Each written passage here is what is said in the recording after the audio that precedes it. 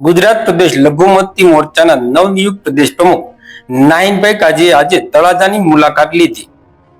આજરોજ તારીખ 28 ડિસેમ્બર 2025 રવિવારના સાંજના 6:30 કલાકે ગઈકાલે જ નવનિયુક્ત બનેલા લઘુમતી મોરચાના પ્રદેશ પ્રમુખ નાહિનભાઈ કાજી તળાજા પહોંચ્યા હતા, જ્યાં જેમણે તળાજાના ધારાસભ્યોના કાર્યાલય ખાતે શુભેચ્છા મુલાકાત કરી હતી.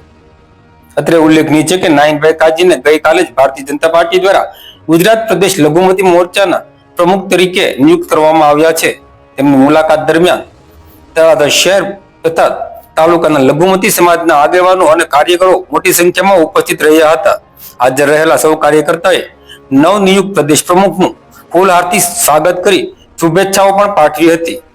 સાથે તળાજાના ધારાસભ્ય ગૌતમભાઈ ચૌહાણ, જિલ્લા લઘુમતી મોરચાના મહામંત્રી હનીફભાઈ તુર્કી, તળાજા શહેર પ્રમુખ આઈકેવાળા, નગરપાલિકાના પ્રમુખ હેતલબેન રાઠોડ, મહામંત્રી હિંમતભાઈ ડાબી, મહામંત્રી આદિત્યભાઈ ઓઝા, પુષ્પરાજસિંહ વાળા, ધર્મેન્દ્રસિંહ વાળા, પૃથ્વીરાજસિંહ વાળા, સાદિકભાઈ લાખાણી, મહેંદીભાઈ, ઇમરાનભાઈ, હુસેનભાઈ, રફીકભાઈ અને નિહાલભાઈ તથા અબ્બાસભાઈ અને અકરમભાઈ પુરાણી આ સૌ કોઈ આગેવાનો તળાજાના ધારાસભ્યના કાર્યાલય ખાતે પહોંચ્યા હતા અને નવનિયુક્ત લઘુમતી મોરચાના પ્રદેશ પ્રમુખ નાહિનભાઈ કાજીને શુભેચ્છા પાઠવી હતી અને તેમનું સ્વાગત પણ કર્યું હતું.